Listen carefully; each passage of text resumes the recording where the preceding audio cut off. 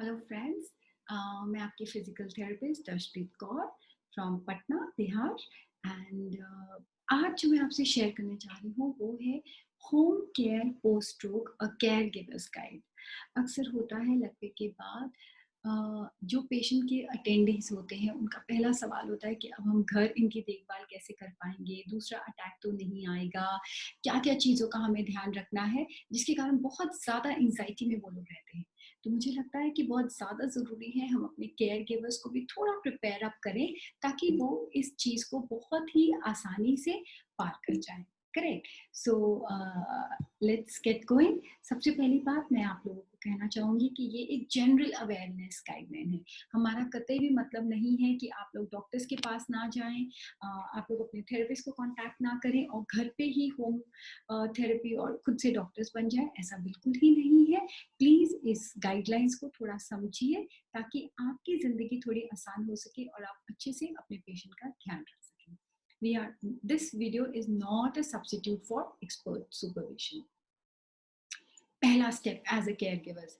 अब अगर हम बोलें कि हमें किसी चीज के बारे में जानने में दिक्कत है तो वो गलत होगा। WhatsApp, Facebook, YouTube, Google search, safari, इतने इतने सारे सर्च इंजन हैं, इतनी ज़्यादा फैसिलिटीज अब अवेलेबल है। सो पहला काम है, अगर आपके घर किसी पेशेंट को ऐसी बीमारी होती है, सो प्लीज उनके रिलेटिव्स या फ्रेंड्स जो भी है उसके बारे में सही ज्ञान पहले प्राप्त करें और फिर उनका जो इमीडिएट देखभाल करने वाली फैमिली मेंबर्स है उनको एजुकेट करें। आप जितने एजुकेटेड रहेंगे, आप जितने साक्षर रहेंगे उस चीज के बारे में, उससे जुड़ी हुई छोटी छोटी चीजों से आपकी लाइफ उतनी ही आसान होगी और आप सभी में एंजाइटी लेवल कम होगा।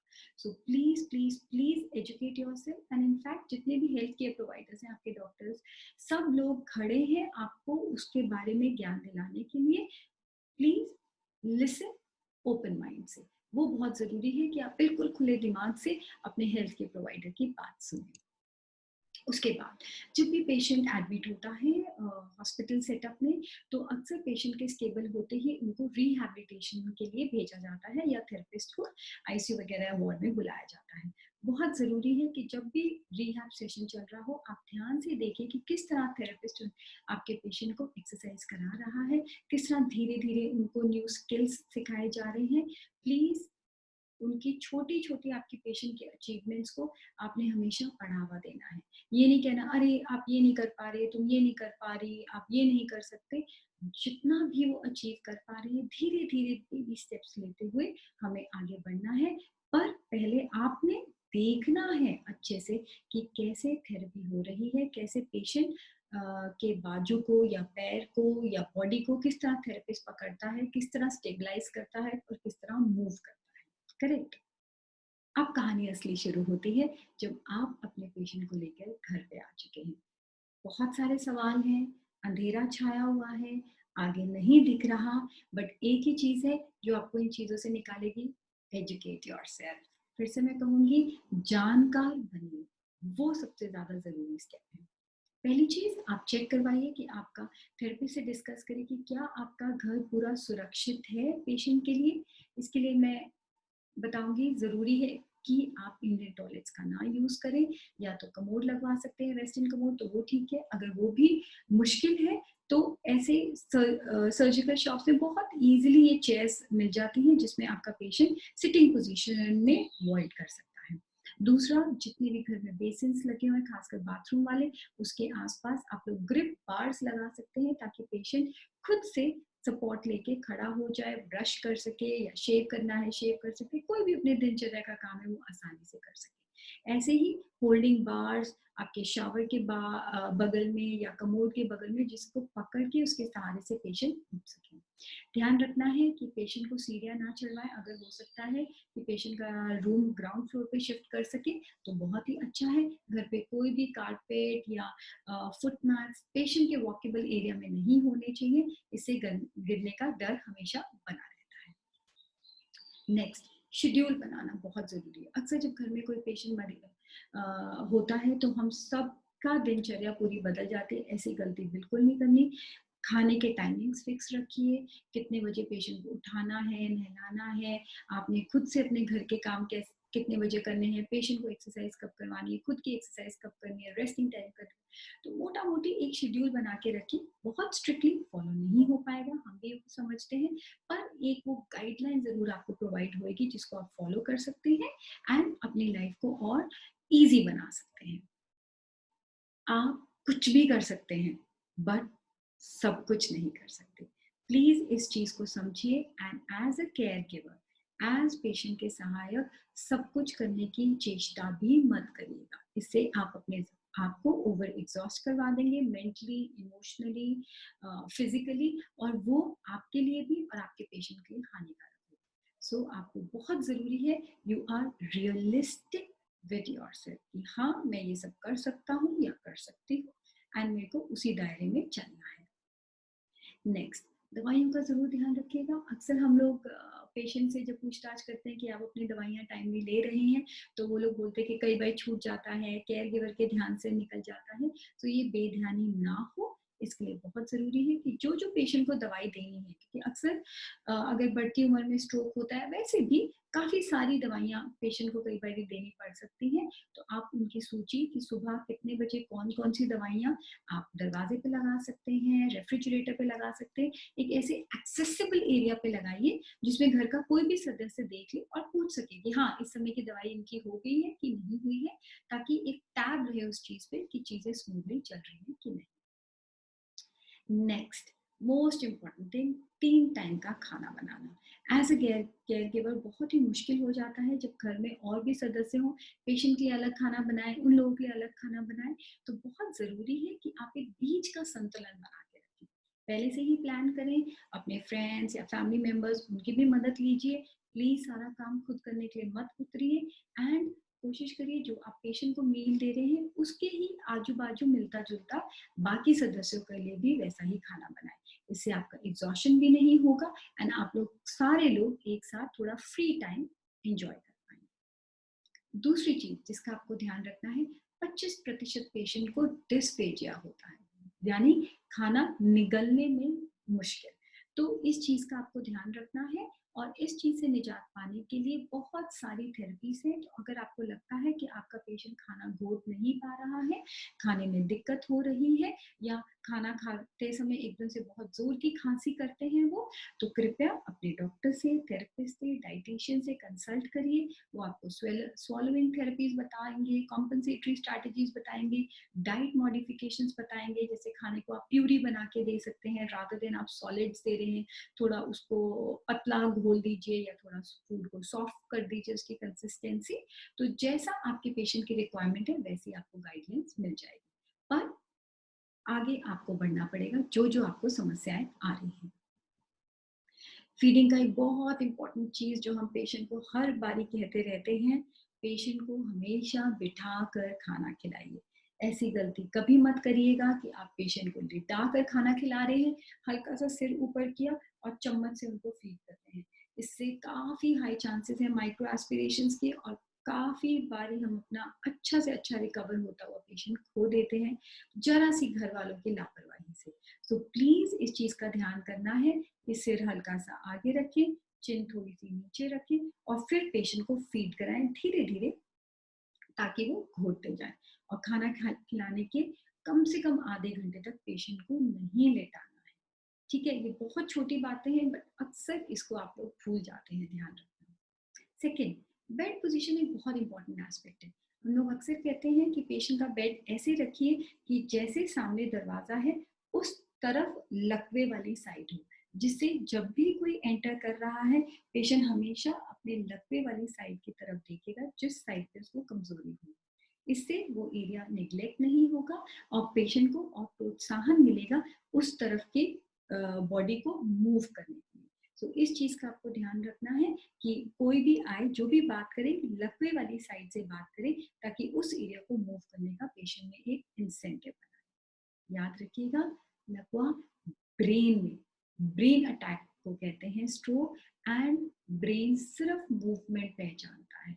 अगर आप बॉडी के जो कि हिस्सा कमजोर हुआ है उसकी मूवमेंट नहीं कराएंगे तो धीरे धीरे ब्रेन भी भूल जाएगा कि वो आपके शरीर का हिस्सा है। तो चॉइस आपकी है इसको कैसे ध्यान में रखना है। अब सिंपल एग्जाम्पल से बताते हैं कि अगर बाईं तरफ का लकवा मारा है तो देखिए जब भी पेशेंट बैठेगा ये कमजोर साइड है, ध्यान रखिए कि पैर जमीन के साथ पूरा टच हो रहा है। कंधे का खासकर ध्यान रखना है। अक्सर हम लोग पेशेंट के रिलेटिव्स को कहते हैं कि प्लीज बाजू को यूं पकड़ पकड़ के पेशेंट को मत खींचिए। अक्सर ठीक ठाक पेशेंट जाता है हॉस्पिटल से और कुछ दिनों बाद उसका शोल्डर डिसलोकेशन हो जाता है या शोल्डर पेन शुरू हो जाते हैं, सिर्फ केयर गिवर्स के पोअर हैंडलिंग से। बिस्तरे से जब भी उठाते हैं लेटर तो हाथ खींच खींच के उठा रहे, ऐसा बिल्कुल नहीं करना। आप पेशेंट की पीठ के पीछे हाथ लेकर जाइए और फिर उनको पूरा उठाइए। बाजू से पकड़ के उठाने बहुत बहुत गलत तरीका है, ये बहुत ही गलत तरीका है। सो प्लीज इसको बिल्कुल नहीं करना। और बाजू को लटका के भी नहीं रखना है, बिकॉज जो हमारा शोल्डर जॉइंट होता है वो मूवमेंट के चक्कर में नीचे से थोड़ा अनस्टेबल होता है। ये कुदरती तौर से हमें ऐसा बनाया गया है। सो अगर आप जब वो कमजोर हो जाता है, ज्यादा लटका के रखेंगे तो शोल्डर कंधा नीचे गिरने की बहुत संभावना रहती है। तो अक्सर जब पेशेंट बैठा भी हुआ है तो ये देखिए बाजू के नीचे तकिया रख के इसको सपोर्ट किया हुआ है। अगर पेशेंट दाहिने तरफ, जो तरफ में लकवा नहीं मारा है उस तरफ सोना चाहता है, तो जो लकवे वाला हिस्सा है उसको करवट दिलाइए और अच्छे से बाजू के नीचे एक लंबा पिलो और पैर के नीचे लंबा पिलो रख के सपोर्ट रखिए। याद रखिए ये तकिया बहुत जरूरी है ताकि बाजू नीचे की तरफ ना गिरे और पैर भी नीचे की तरफ बेड को टच करने की तरफ ना गिरे। उससे क्या होगा, ओवर स्ट्रेचिंग इन टिश्यूज की होती है, जो हमें बिल्कुल नहीं चाहिए। और अगर पेशेंट का प्रेफर्ड करवट लेने की वही साइड है जहाँ लकवा मारा है या कमजोरी आई है, तो देखिए हल्का सा कंधे को आगे रखेंगे, पीठ के पीछे तकिया रखा हो ताकि पेशेंट पूरी करवट ना लेके आधी करवट पे सोएगा और यहाँ पे तकिया पेशेंट को सपोर्ट करता रहेगा। वो करना है, पैर अच्छे से ऊपर रखना है, उसके नीचे लंबा तकिया या लंबा सा कंबल रोल करके भी आप रख सकते हैं। इंपॉर्टेंट क्या है, वो बॉडी पार्ट वेल सपोर्टेड होना चाहिए। अगर पेशेंट सीधा लेटना प्रेफर करते हैं तो हाथ का सपोर्ट करना मत भूलिएगा। ऐसे ही अगर दाहिने तरफ लकवा मारा है वही चीजें हैं, आपको जो अगर वो बैठे हुए हैं इसकी हाइट एडजस्ट कर लीजिए ताकि पेशेंट का आर्म अच्छे से सपोर्टेड हो। अगर वो दूसरी तरफ स्ट्रॉन्ग साइड की तरफ करवट लेके लेटना चाहते हैं कोई दिक्कत नहीं है, तकिए से अच्छे से सपोर्ट कर लीजिए। अगर लकवे वाली साइड पे लेटना चाहते हैं इस कंधे को थोड़ा आगे निकालेंगे, हाफ टर्न लेंगे और फिर तकिए से सपोर्ट करेंगे, और अगर सीधा लेटेंगे तो बाजू को सपोर्ट करना है। ये छोटी छोटी चीजें हैं जिनका अगर हम ध्यान रखेंगे तो हम काफी हद तक अपने पेशेंट को सेकेंडरी कॉम्प्लिकेशन से बचा सकते हैं। अगर पेशेंट दिन में भी आराम करता है तो पेशेंट की टर्निंग जरूर करवाते रहिए, वो बहुत जरूरी है। पेशेंट रेगुलर टर्निंग करे ताकि उनके बेड सोर्स या स्किन ब्रेकडाउन ना।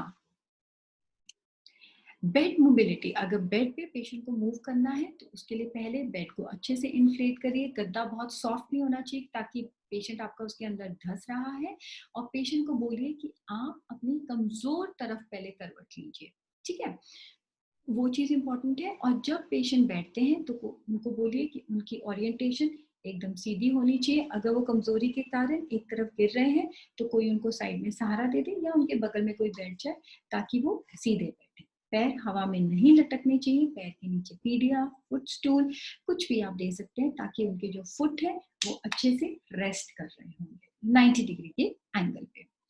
और कोशिश पेशेंट को बोलिए कि सामने देखिए और अपना पोस्चर अपराइट रखें। तो जैसे कि हमने बताया था ये पेशेंट की आपकी वीक साइड हो गई है। पेशेंट को बोलेंगे स्ट्रॉन्ग साइड से कमजोर तरफ पहले आप करवट लेंगे, फिर स्ट्रॉन्ग बाजू की सहायता से अपने शरीर को धक्का देंगे। जो स्ट्रॉन्ग पैर है वो कमजोर पैर को धक्का देते हुए नीचे करेगा और साथ के साथ आ जाएगा। जैसे ही पेशेंट सिटिंग पोजीशन में आता है आपको कोई जल्दबाजी नहीं दिखानी उनको चलाने के लिए। पहले आप पेशेंट को कुछ देर बिठा के रखिए, वो बहुत जरूरी है कि पेशेंट थोड़ी देर बैठे रहेंगे, इसके कारण पोस्टरल हाइपोटेंशन नहीं होती। धीरे धीरे अपने पैर के पंजों को ऊपर नीचे हिलाएंगे, फिर उसके बाद वो खड़े होंगे। सो ये बेड मोबिलिटी का एक स्टेप इंपॉर्टेंट याद रखिए। जितना पेशेंट को आत्मनिर्भर बनाएंगे उतना ही उनका ब्रेन वो मूवमेंट्स को रिकॉल कर पाएगा, उतनी ही जल्दी रिकवरी होगी। बात बात पे अगर आप पेशेंट की सहायता के लिए आते रहेंगे तो पेशेंट वो मूवमेंट सीख ही नहीं पाएगा। तो इस चीज का आपको ध्यान रखना है। नेक्स्ट, जब हम ट्रांसफर्स की बात करते हैं, अक्सर हमें पेशेंट को बेड से व्हीलचेयर में शिफ्ट करना पड़ता है, या व्हीलचेयर से कमोड पे बिठाना पड़ता है, या कमोड से वापस चेयर पे, डाइनिंग टेबल की चेयर पे बिठाना पड़ता है व्हीलचेयर से। तो इसके लिए कैसे पेशेंट को उठाएं? अंडर आर्म से हाथ डाल के? बिल्कुल नहीं। बाजू खींच के? बिल्कुल नहीं। एक सिंपल तरीका है जिसको हम लोग पिवट ट्रांसफर कहते हैं। कुछ नहीं करना, पेशेंट को कमर से पकड़िए, नाड़ा जो उनका है या पजामे का नाड़ा, या कमर पे आप गमछा बांध सकते हैं, दुपट्टा बांध सकते हैं, एक वेस्ट बैंड की तरह उसको बांधिए। बहुत टाइट नहीं होना चाहिए, बट सपोर्टिव जरूर होना चाहिए कि जब आप पेशेंट को उसकी सहायता से उठाएं तो वो स्लिप आउट नहीं होना चाहिए। ठीक है। फिर अपने घुटने, जैसे इसमें ये दिखा रही है, पेशेंट के घुटनों के साथ लॉक कर लेंगे ताकि पेशेंट की बकलिंग ना हो, और एक ही मूवमेंट में उनको उठा के दूसरी पोजीशन पे शिफ्ट कर देंगे। इसको कहते हैं हम लोग पिवट मेथड। ये ट्रांसफर करने के लिए आप इस्तेमाल कर सकते हैं। अब सवाल आता है, क्या मेरा पेशेंट चल सकता है?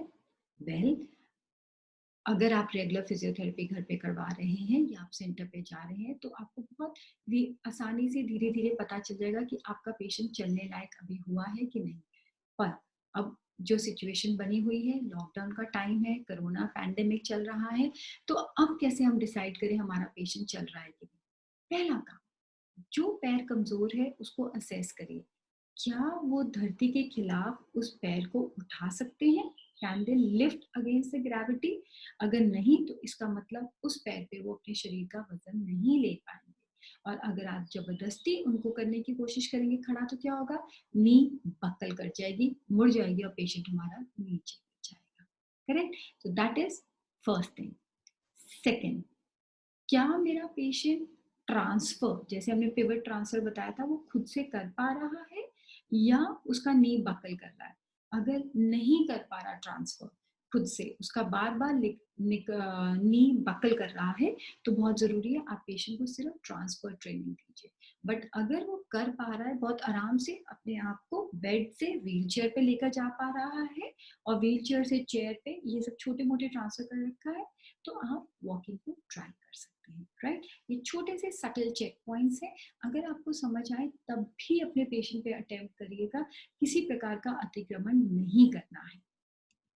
नेक्स्ट, पेशेंट को जिस हद तक हो सके आप इनकरेज करिए कि अपना ध्यान खुद से करिए, अपने काम खुद से करिए, अपने आप को खुद से फीड करवाइए। उनके जो चम्मच है उनकी ग्रिप थोड़ी मोटी बना दीजिए ताकि वो खुद से खा सके। जो प्लेट है उसके साइड में या गहराई वाली प्लेट दीजिए ताकि वो चम्मच की सहायता से खाना आसानी से उठा सके। उनको खुद से कपड़े पहनने को बोलिए। बस एक थंब रूल आपको सिखाना है कि जो कमजोर साइड है वो पहले कपड़े के अंदर जाएगी, फिर वो स्ट्रॉन्ग साइड से पहन लेंगे, और उतारते समय पहले स्ट्रॉन्ग साइड से उतरेगा और फिर कमजोर साइड से वो उसको उतार लेंगे। सिंपल। फिर जो पैरालिटिक साइड है उसको अक्सर कपड़े से डिफरेंट टाइप ऑफ टेक्सचर्स के, कभी आपने टॉवल ले लिया, कभी फर वाला ले लिया, कभी सॉफ्ट कॉटन ले लिया, उनको सेंसरी स्टिमुलेशन दीजिए ताकि धीरे धीरे धीरे उनका ब्रेन अंडरस्टैंड करे कि हाँ, ये भी मेरे एक शरीर का अंग है जो कि थोड़ा सा कमजोर हो चुका है। इसको हम लोग सेंसरी स्टिमुलेशन कहते हैं। इनकॉन्टिनेंस केयर, आई नो ये एक बहुत बड़ी प्रॉब्लम है। अक्सर पेशेंट के केयर गिवर्स कहते हैं कि इस चीज से हम लोग कैसे निजात पाए मैडम, क्या हम उनको कैथेटर में हमेशा रख सकते हैं? कैसे उनके बेड सोर्स प्रिवेंट करें? जो पूंछ वाला हमारा कॉकिक्स एरिया जिसे हम कहते हैं, सेक्रम एरिया, कूल्हे के पीछे वाला हिस्सा कहते हैं, वहां पे लाल हो रहा है, कैसे ये सब प्रिवेंट करें?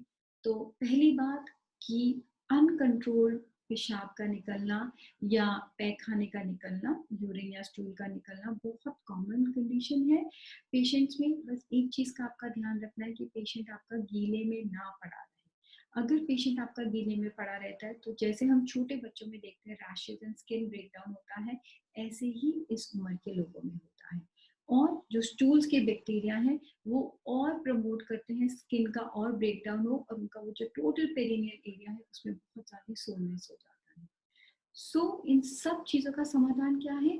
आप जितना सतर्क रहते हैं, आपकी सतर्कता ही आपके पेशेंट को बचा सकती है फ्रॉम स्किन ब्रेकडाउन। आप रेगुलर उनके नीचे का जो इनकॉन्टिनेंस पैड्स यूज कर रहे हैं उसको चेंज करिए, उस एरिया को अच्छे से सोप से क्लीन करिए, बेड पैन का इस्तेमाल करिए, उसको अच्छे से वॉश करवाइए। एंड अगर उनको यूटीआई होता है, यूजली बर्निंग सेंसेशन, हम लोग ये सब बता देते हैं कि उनको पेशाब करने में, पेशाब की नली में जलन महसूस हो रही है, पर अक्सर स्ट्रोक वाले पेशेंट्स नहीं बोल पाते। तो थोड़ा आपको नजर रखनी है कि अचानक उनको बुखार तो नहीं हो रहा, पेशेंट का कॉन्शियसनेस लेवल एकदम ज्यादा सो रहे हो या अटपटी बातें कर रहे हो। उसका एक कारण इनकॉन्टिनेंस भी हो सकता है और कारणों के अलावा। तो बहुत जरूरी है कि आप उसको चेक करिए और अपने फिजिशियन या सर्जन से बात करिए कि ये चेंजेस मुझे मेरे पेशेंट में दिख रहे हैं। अगर हम सेल्फ केयर की बात करते हैं तो आजकल बहुत सारी हमारे पास डिस्पोजेबल ऑप्शंस हैं जो कि नॉन बायोडिग्रेडेबल है और रीयूजेबल इको फ्रेंडली है। आई नो जितनी भी रीयूजेबल चीजें होती हैं उनको क्लीनिंग का थोड़ा काम बढ़ जाता है, बट आपको वाइज चॉइस करनी है। करेक्ट। मैं हाईली हाईली रिकमेंड करूंगी कि आप लोग रीयूजेबल इनकॉन्टिनेंस पैड्स या सुपर ड्राई शीट्स रीयूजेबल ये यूज करिए, रादर देन हम लोग बायो वेस्ट प्रोड्यूस करें डिस्पोजेबल आइटम यूज कर करके। सो चॉइस आपकी है, बट एक चीज का ध्यान रखिएगा, ये जो पैड्स हैं ये कई कई कई साल लगा लेते हैं डीजनरेट होने में, एंड जिसके कारण ये लैंडफिल प्रोड्यूस करते हैं। आपने खबरों में पढ़ा होगा कि जब से ये लॉकडाउन हुआ है हमारी नदियां अपने आप ही साफ होती जा रही हैं क्योंकि उसमें डंप होने वाला कचरा कम होता है। तो अगर पेशेंट के साथ साथ आपको इस वातावरण का ध्यान है, इस धरती का ध्यान है जिसमें हमें रहना है, हमारी नेक्स्ट जनरेशन को रहना है, तो आई वुड से थोड़ा सा कष्ट उठाइए और रीयूजेबल को यूज करिए। करेक्ट। नेक्स्ट। यस। अब किसी को काम करने वाले बंदे को लकवा हुआ है जो टोटली इंडिपेंडेंट लाइफ में रहे हैं तो ऑब्वियसली उनमें मूड चेंजेस आएंगे ही आएंगे। सो आपको प्रिपेयर्ड रहना है कि उनका एंगर का आउटबर्स्ट, कभी एकदम बेवजह गुस्सा हो जाएंगे, खाना पीना छोड़ देंगे, ये सब चीजें आएंगी। बट अगर आप उसको धैर्य से उसका सामना करेंगे, अपने लव से, पेशेंस से और अपने पेशेंट को अच्छे से सपोर्ट देंगे तो ये समय भी पार हो जाएगा। तो बहुत जरूरी है आप प्रिपेयर्ड रहें आपके पेशेंट के मूड चेंजेस का सामना करने के लिए। डिप्रेशन भी आता है अक्सर पेशेंट में, 30 से 50% स्ट्रोक पेशेंट्स में पाया गया है। तो प्लीज जैसे ही आपको साइंस ऑफ डिप्रेशन दिखने शुरू हो जाए अपने फिजिशियन या सर्जन से बात करिए और उस चीज का जल्द से जल्द सोल्यूशन निकालने की कोशिश करिए। मोस्ट इम्पॉर्टेंट और बहुत इम्पॉर्टेंट चीज जो अक्सर पेशेंट के रिलेटिव या पेशेंट पूछता है, दोबारा तो नहीं हमें होगा, हम ऐसा क्या करें दोबारा ना हो। अधिकतर अधिकतर केसेस में दूसरा स्ट्रोक प्रिवेंट हो सकता है, पर उसके लिए क्या जरूरी है, आप रिस्क फैक्टर्स को पहचानिए। देखिए दो चीजें हैं, one is modifiable risk factor जिनको मैं बदल सकती हूँ, दूसरे आर नॉन मॉडिफाइबल जिसमें आपके जेनेटिक कारण आते हैं जिनका आप कुछ नहीं कर सकते। तो इस कैटेगरी को हम टोटली हटा देते हैं।